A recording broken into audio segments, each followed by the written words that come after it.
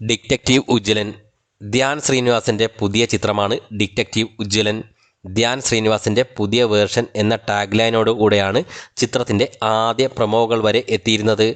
Weekend block ബസ്റ്ററിൻ്റെ ബാനറിൽ Sophia Paul നിർമ്മിച്ചിരിക്കുന്ന ഈ ചിത്രം നവാഗതരായ രാഹുലും ഇന്ദ്രനീലും കൂടി ചേർന്നാണ് എഴുതി സംവിധാനം ചെയ്തിരിക്കുന്നത്. പഴയ കാലഘട്ടമാണ് ചിത്രത്തിൽ കാണിച്ചിരിക്കുന്നതും. ഒരു കൊച്ചു ഗ്രാമത്തിൽ നടക്കുന്ന കഥയാണ് ഡിറ്റക്റ്റീവ് ഉജ്ജ്വലനിൽ സംവിധായകരായ എഴുത്തുകാർ പറഞ്ഞിരിക്കുന്നത്. ആ ഗ്രാമത്തിൽ നടക്കുന്ന സീരിയൽ കില്ലിങ്ങിൻ്റെ അന്വേഷണമാണ് ചിത്രത്തിൻ്റെ പ്രധാന കഥ. കൊലപാതകങ്ങളുടെ അന്വേഷണം പോലീസ് നടത്തുന്നതിനോടൊപ്പം തന്നെ പാരലലായി സിനിമയിലെ നായക കഥാപാത്രമായ ഉജ്ജ്വലനും കൂടെ നടത്തുന്നു. നാട്ടിലെ ചെറിയ ചെറിയ കേസുകൾ തെളിയിച്ചിരുന്ന നായകൻ പിന്നീട് കൊലപാതക കേസും തെളിയിക്കേണ്ട അവസ്ഥയിൽ എത്തുന്നു.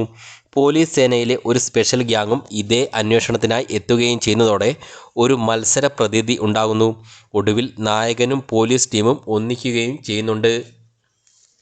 ഒരു സാധാരണ അന്വേഷണ ചിത്രം പോകുന്ന പോലെ സീരിയസ് മൂഡിൽ അല്ല ഡിറ്റക്റ്റീവ് ഉജ്ജ്വലൻ നീങ്ങുന്നത്. മറിച്ച് ഹ്യൂമറിലൂടെയാണ് ഈ ത്രില്ലർ സ്വഭാവം ഉള്ള ചിത്രം കഥ പറഞ്ഞു പോകുന്നത്. ഹ്യൂമറുകളൊക്കെ എത്രത്തോളം വർക്കായി എന്നതും ആലോചിക്കേണ്ടതാണ്. അവസാന ഭാഗത്തേക്ക് ഹ്യൂമർ ഒക്കെ സൈഡായി സിനിമ ഒരു സീരിയസ് സെറ്റപ്പിലേക്കും നീങ്ങുന്നുണ്ട്. Jagadish, Kottayam Nazeer, Siju Wilson, Seemaji Nair, Navas, Ronnie David Raj, Ameen തുടങ്ങിയവരും ചിത്രത്തിൽ അഭിനയിച്ചിരിക്കുന്നു.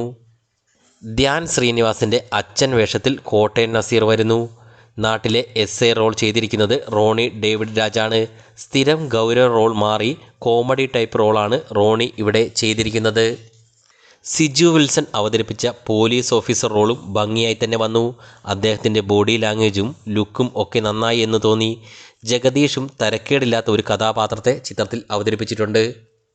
ചുരുക്കി പറഞ്ഞാൽ നർമ്മത്തിലൂടെ അവതരിപ്പിച്ച ത്രില്ലർ സ്വഭാവമുള്ള ശരാശരി സിനിമയാകുന്നു ഡിറ്റക്റ്റീവ് ഉജ്ജ്വലൻ.